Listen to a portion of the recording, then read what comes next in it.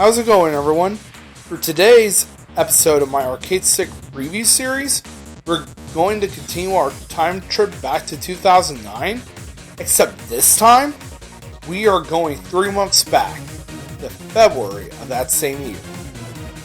Street Fighter 4 had just been released on home consoles, well, to be exact, the PlayStation 3 and Xbox 360.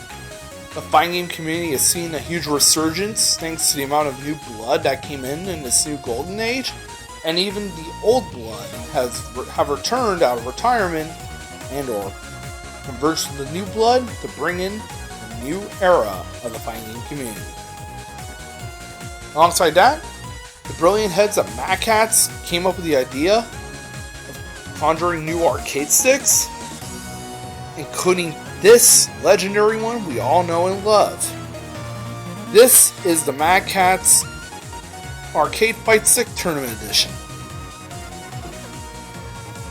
As you can see, in this particular review, I'm showcasing my modded MadCatz Tournament Edition because I figure I'd spice things up a bit and show you guys what I've changed after I get down with the basics. In the original unit, you have a control panel which has a turbo button, 8 LED lights that determine which button you have activated turbo functions for,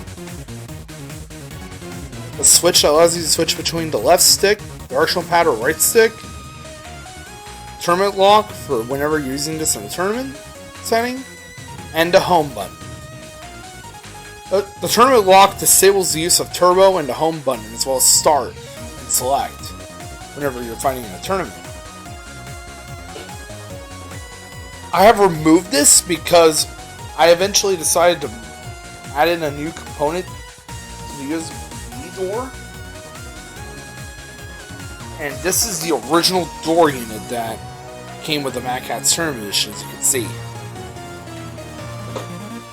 As well as the original USB cable.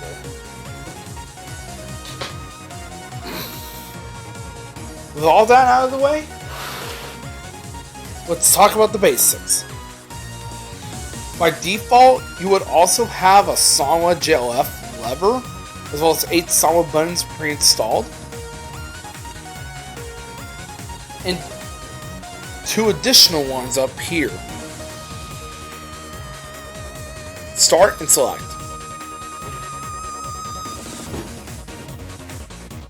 As evident from my unit, mine was originally a PS3 MadCatz CE because at the time when the TE came out, the only console I had was a PS3 of the 3 that were up there at the time. And as such, that's the version we're going to be featuring in this review.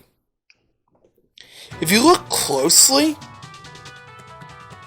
right here in the Xbox 360 editions of the MadCatz Tournament Edition, there would be a port for a headphone jack, like you would see on PS4 and Xbox One controllers, and 360, I believe. I'm not sure if that was the case for standard Xbox 360 controllers, to be exact, but it's really nice how MadCatz included a headphone jack on the MadCatz T's Xbox variations. As you may have noticed, one of the best things about the MadCatz Tournament Edition is that it is really easy to mod, meaning that you can easily change things like the artwork, buttons, and lever with new parts that you can purchase from Arcade Shock, Focus Attack, and many more. And the MadCatz C came in many variations in its life. If you can look closely in the back, you can see that this MadCatz TE variation was originally the Blaze Blue version that came out back in 2010 out of the high heels of Blaze Blue Continuum Shift's release. That being said, however, all variations are exactly the same design-wise, The only difference, primarily, at first is the art and the colors of the buttons. The most famous one we all know is the one that was originally released for Street Fighter 4, including the round 2. Artwork swaps, however, require you to purchase a plexiglass from Focus Attack as well as an art print from your local print shop or from Focus Attack themselves. If you purchase from Focus Attack, you can have additional options such as removing one of the screws, or 2, I'm not too sure, since it's been a while, and you can also remove the control panel in the MadCatz T1 if you are going for advanced modding. Another thing I like is that you can easily replace the control panel, as I had mentioned, with a brand new PCB, like a Brook Universal Fighting Board Fusion for multi-console compatibility, a Brook PS5 fighting board for if you want to go mostly on PlayStation, and much more. You can also install a GP 2040 CE, and you can make use of the OpenStick project's PCB and features. Now that I covered all my favorite things, such as the pros, we're going to go over the cons, and unfortunately, I will say there are some cons, but there's only 2 that I can tell you from the top of my head. The first con is the lack of an L3 and R3 button without modding this arcade stick.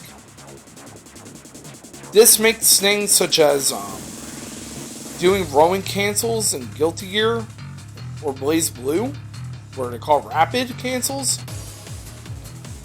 doing bursts, as well as recording and playing back your training dummy and fighting games that support that feature, practically non-existent. Basically, you can't have easy shortcuts for those without those buttons. But thankfully, this could be rectified with the aforementioned USB door component replacement by Buttercade. As you can see here, I now have an L3 and an R3 button.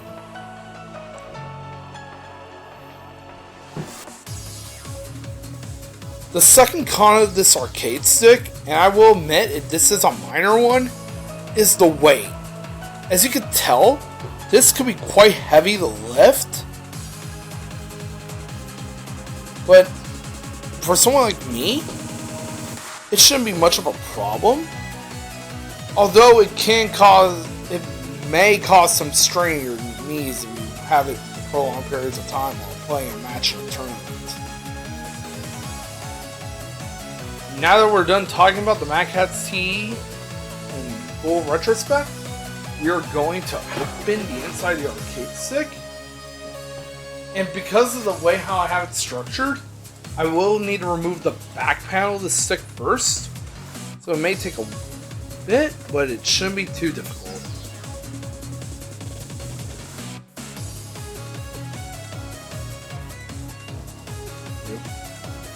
You'll need to remove these 6 screws, including this one, which is covered by a warranty sticker. Shouldn't be much of a problem considering this arcade stick is unfortunately no longer in production due to the release of T2. But still, it's great to have that sticker for cosmetic purposes. Now with all the screws I can remove gone, we're going to open up the back, and here's what the back of my MadCatz Tournament Edition looks like. I plan to do some tidying up of this thing, so it wouldn't be much of a problem for me to open in the future. The first thing we're going to do is to remove these buttons from the stick itself. Of course, I'll have a lot of muscle memory to deal with this. But thankfully, there's a diagram that Fightstick has for the Brook pin connectors. So be sure to check their site out for more information. And which color goes where. Right? Now that we got them all removed, we're going to go to the front and do some unfinished business.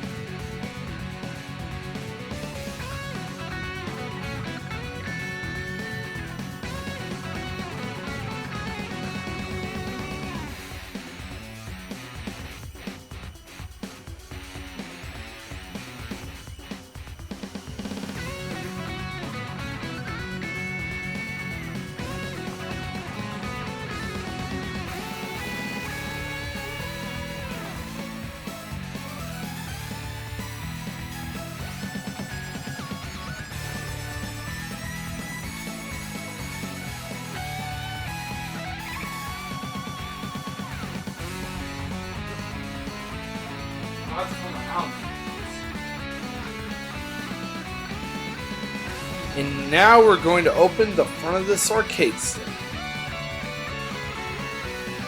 Start this off. We'll need to remove these 6 hex key screws. Have to be careful with the art, of course.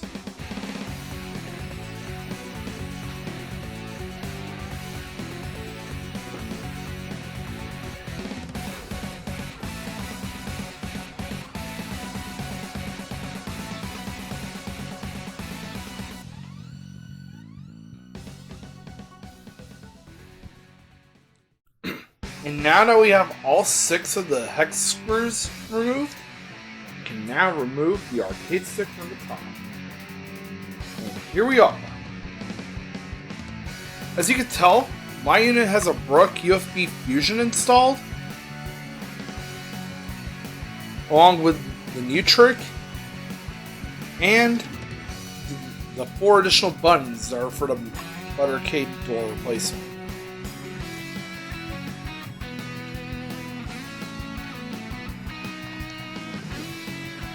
And here's everything detailed. Right here, as you can see, is where the original pin connectors for these buttons and the start and select buttons were located at. As I said earlier, this can easily be modded to your liking. Regardless if you want to install a Brook fighting board, a GP2040 CE, or any other PCB you want to install, including a pad hack, such as a PS5 DualSense controller, Xbox controller, etc. My apologies for having to take long on this, but I decided that I may have to go back to how I had it for filming this video. So this will require me placing these screws back in and then going to the back. This arcade stick once more.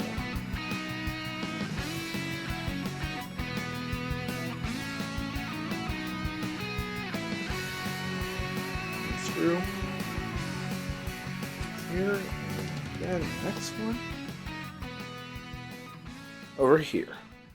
And now with the front of the arcade stick reassembled, we're going to be going to flip to the back, reconnect these pin connectors, and then we are finally ready to go.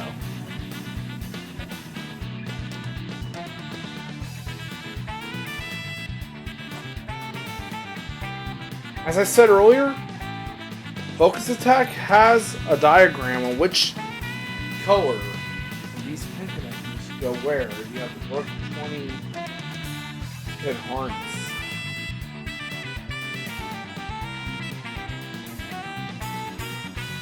For instance, Orange should be 1K.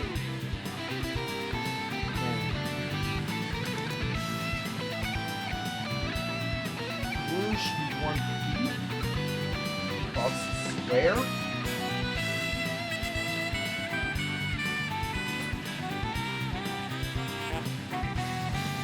You should make sure that all these pins are connected to the right button before reassembling.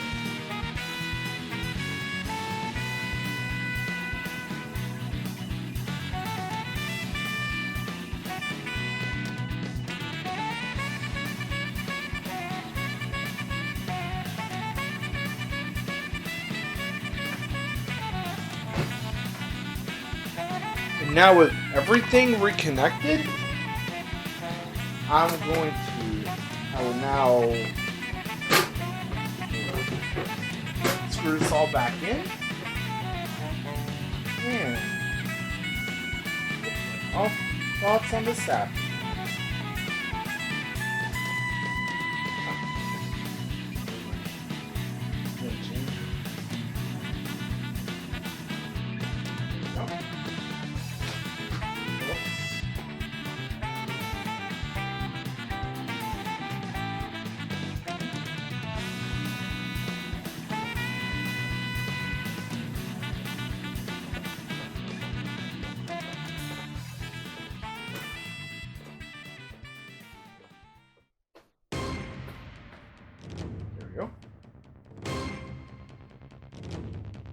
Normally I would place any screw where the warranty sticker used to be, but I decided to put the original screw that it was.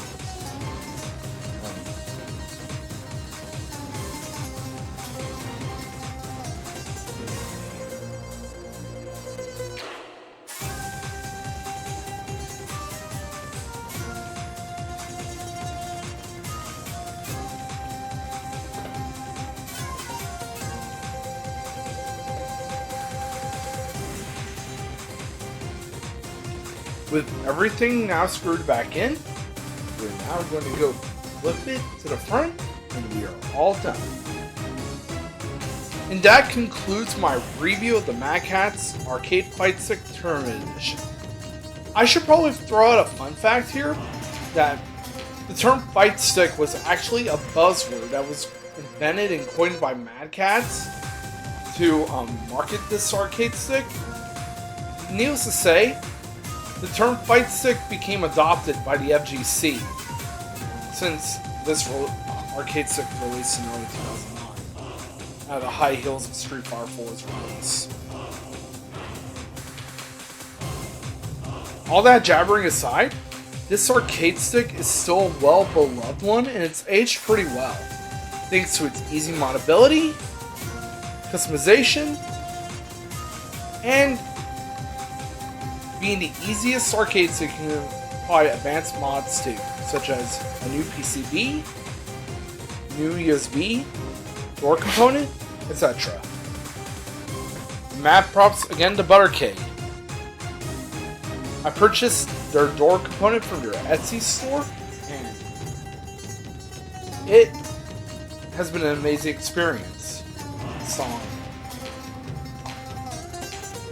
Needless to say, this is the arcade stick that would go on to inspire others, such as the Kwamba Drone, the Kwamba Obsidian,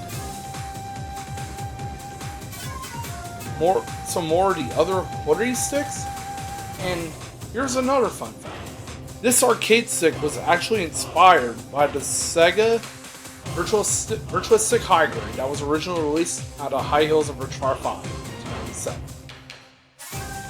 And I also want to give Mark Julio a shout out because he was the proprietor and the person that brought us the MadCatz Tournament Edition, as well as other arcade sticks from his tenure of MadCatz, all the way up to the early days of Street Fighter 5. And if it wasn't for you, Mark, we wouldn't have had amazing arcade sticks like we do today. So, I want to say thank you for